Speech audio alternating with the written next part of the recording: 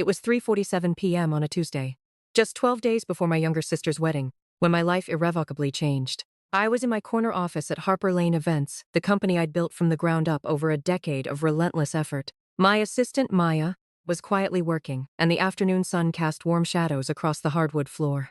It was a perfectly normal, productive day until my phone buzzed.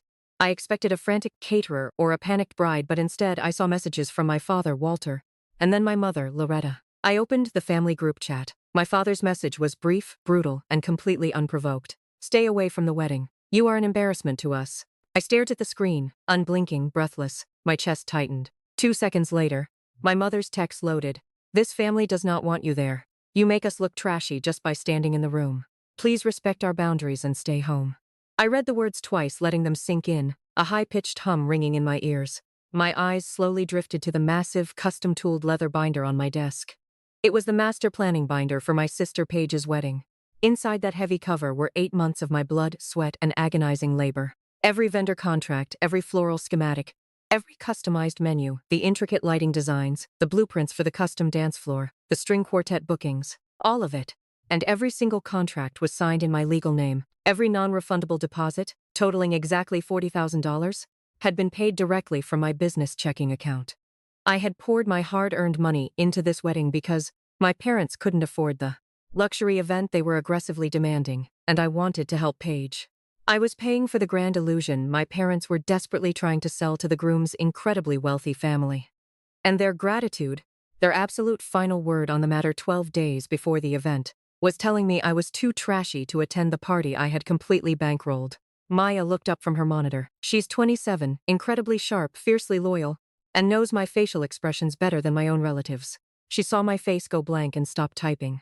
She asked what was happening, her voice cautious, knowing my silence was usually more dangerous than my anger. I didn't answer right away. I picked up my favorite silver fountain pen, the heavy, perfectly balanced one Paige had given me for my 30th birthday, and rolled the cool metal between my fingers. I looked back at my phone screen. I felt nothing resembling sadness. Sadness is warm, but born from the sus. What I felt was entirely cold. It was the absolute freezing clarity of finally realizing I had been setting myself on fire to keep people warm who would gladly complain about the smell of the smoke. I typed my reply. I didn't yell in capital. I didn't ask for a lengthy explanation or demand an apology. I typed 5 simple words. "Choose your new friends over me." I hit send, then placed the phone face down. I looked at Maya. "We're stopping the corporate linen counts," I told her.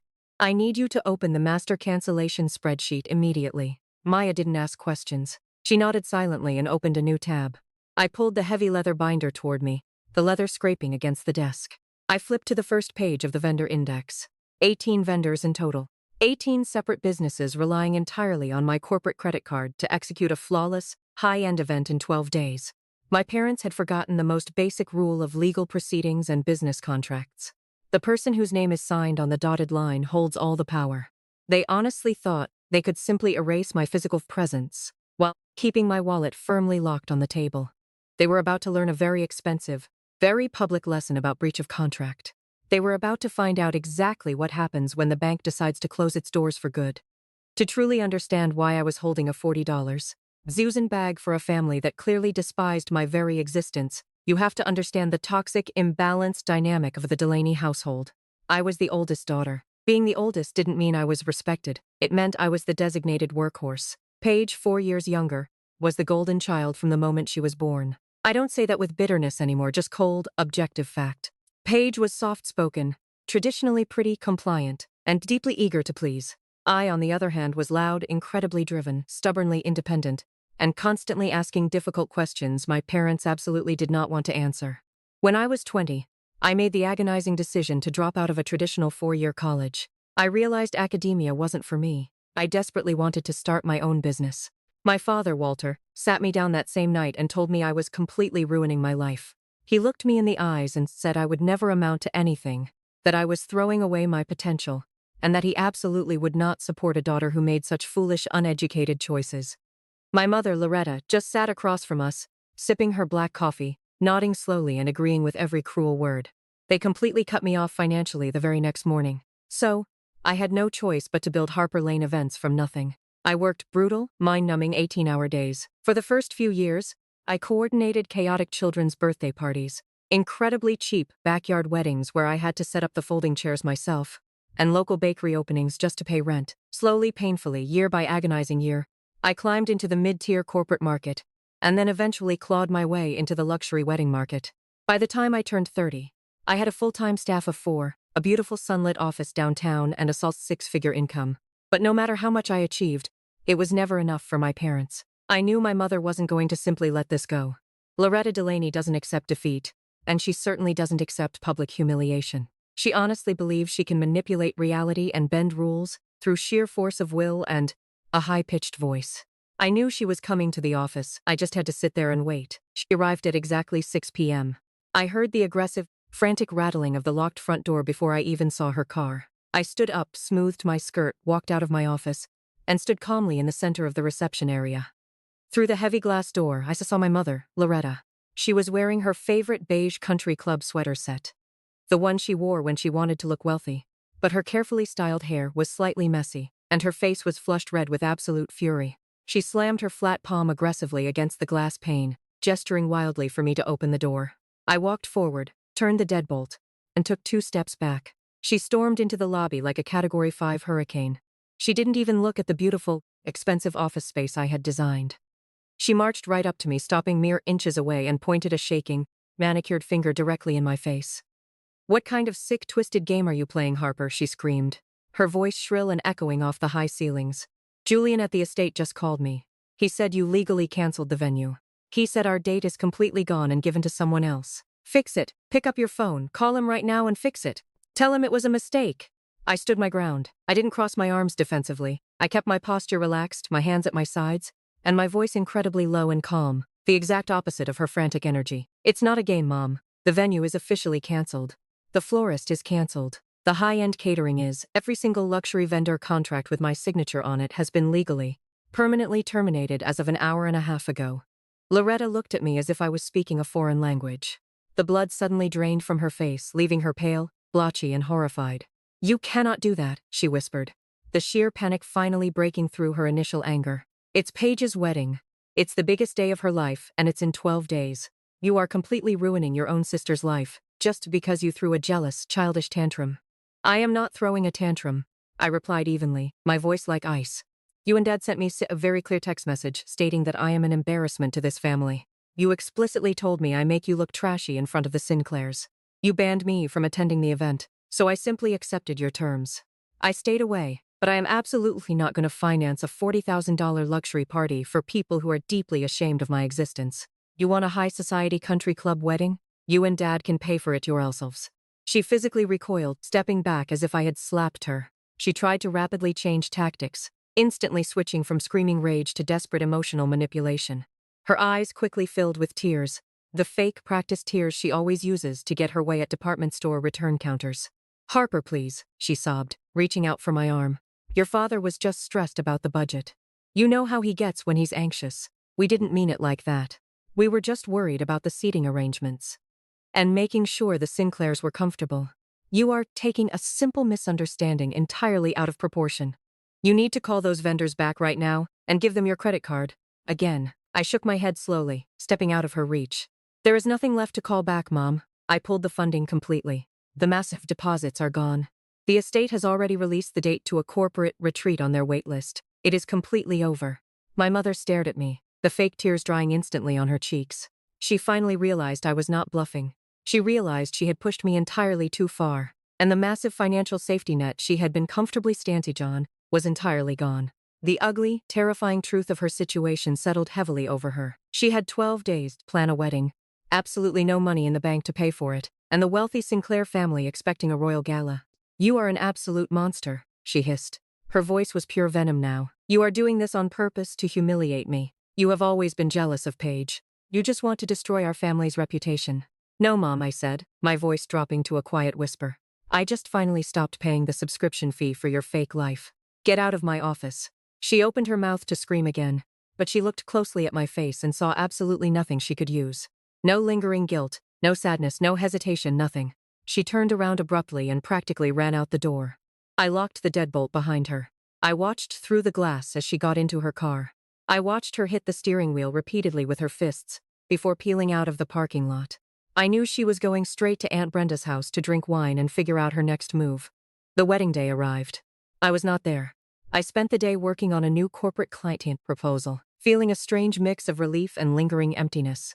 I knew the drama would eventually find me, and it did, in the most spectacular way possible. That evening, I received a call from Evelyn Sinclair, Preston's mother. She was a formidable woman, a titan of industry, and a client I deeply admired. Her voice was calm, but there was an underlying steel. "Harper," she said, "I need you to come to the wedding now." I hesitated. "Evelyn, I was explicitly told not to attend." "I know," she replied, "but there's a situation. And I believe you are the only one who can clarify it for everyone present. My son Preston is about to marry Paige, and the entire event is a disaster. Your parents are claiming you sabotaged everything out of jealousy. I, however, have a different theory." My heart pounded. "What do you need me to do?" "Just come," she said, "and bring any documentation you have regarding the wedding finances." I drove to the venue, a modest community hall my parents had hastily booked after my cancellations. The contrast to the luxury estate I had planned was stark. Inside, the atmosphere was tense. My parents looked haggard, my mother's face blotchy with tears. Paige looked utterly miserable, clinging to Preston, who seemed bewildered. The Sinclairs, impeccably dressed, sat with expressions of polite horror. Evelyn spotted me entering and walked over, her presence commanding attention. She took my arm and led me to the front, where a microphone stood. My mother gasped, her eyes wide with terror. "Ladies and gentlemen," Evelyn announced, her voice resonating through the hall. "There seems to be some confusion about the circumstances of this wedding. Loretta and Walter Delaney have been telling everyone that their daughter, Harper, maliciously sabotaged this event due to jealousy. They claim she canceled all the luxury vendors at the last minute." She paused, looking directly at my parents. "Is that your version of events?" Loretta. My mother stammered. "Yes, Evelyn. She's always been so jealous of Paige, and she just ruined everything." Evelyn nodded slowly. "Interesting. Because I have here a spreadsheet, provided by Harper, detailing every single payment made for the original, much grander wedding. And every single payment, totaling over $40,000, came from Harper Lane Events, Harper's personal business account." She dropped the spreadsheet on a nearby table, then pulled out a thick stack of printed text messages from her purse. She held them up for everyone to see. "I have in my hand over 50 pages of text messages," Evelyn said coldly. "Messages where Loretta and Walter explicitly call their incredibly successful, generous daughter a trashy embarrassment who makes them look poor. They plotted to steal her money and then lock her out of the room because they were desperately terrified that my family would judge them for having a daughter who works for a living." Evelyn took 2 steps closer to my mother. Loretta was physically shaking, tears streaming down her ruined makeup. "Let me be perfectly clear, Loretta," Evelyn said, her voice dropping to a terrifyingly quiet register that the microphone picked up perfectly. "The only thing in this room that makes your family look like trash is the absolutely repulsive way you treat your own daughter. You are an embarrassment, not Harper." Evelyn turned off the microphone and handed it back to the stunned DJ. She walked back over to me, took my arm, and simply said, "Let's go, Harper. The food here is terrible." We walked out of the ballroom together, leaving behind an absolute, deafening silence broken only by the sound of my mother finally breaking down into hysterical, ruined sobs. I didn't look back. I didn't look at my father, who was staring blankly at the floor. I didn't look at Aunt Brenda, whose jaw was practically resting on her chest. As we reached the lobby doors, I saw Paige standing near the exit with Preston. She looked entirely devastated, but Preston had his arm wrapped firmly and protectively around her shoulders. He gave me a small, respectful nod as I passed by. He knew the truth, and he was a good man. Paige would be fine. I walked out of the sliding glass doors and into the cool evening air. I took a massive shaking breath, filling my lungs with the scent of airplane exhaust and freedom. Evelyn turned to me in the parking lot. She reached out and squeezed my hand firmly. "You handled yourself with absolute grace today, Harper," she said softly. "I am incredibly proud to know you. Call my office on Monday. I have 3 large corporate real estate galas coming up this year, and I want Harper Lane Events to run every single one of them."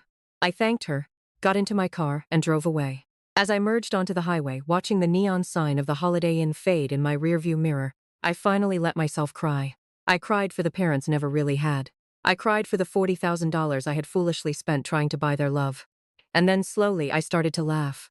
I laughed until my ribs ached. 6 months have passed since that disastrous night under the fluorescent lights. My life has completely, fundamentally changed. My parents tried to call me incessantly for the first 3 weeks. They left rambling, tearful voicemails, begging for forgiveness, claiming they were just confused, claiming the group chat was taken completely out of context. I never answered a single call. I formally blocked their numbers, blocked Aunt Brenda, and completely severed all ties. I have not spoken a single word to my mother or father since the moment Evelyn dropped the microphone in that ballroom, and I never will again. Paige and I are slowly, cautiously rebuilding our relationship. We meet for coffee once a month on neutral territory. She is happy with Preston, and she finally understands the massive extent of our parents' toxic manipulation. It will take years to fully repair the damage between us, but we are trying. As for Harper Lane events, the business exploded. True to her word, Evelyn Sinclair handed me 3 massive corporate contracts, which immediately brought in over $60,000 in pure profit. In the elite social circles of the city, the story of what happened at the wedding spread like wildfire. But instead of ruining my reputation like my mother had feared, it completely solidified it. People realized I was a businesswoman who handled high-stress catastrophes with absolute precision and grace. I sit at my desk now, looking out the window of my corner office. The sun is shining. Maya is typing away happily at her desk, and my business is thriving. I still have the heavy silver fountain pen Paige gave me for my birthday. I use it every single day to sign massive, lucrative contracts. I learned the hardest, most expensive lesson of my life, but I survived it. You cannot buy love with receipts. And you absolutely should never finance a party for people who are ashamed to say your name.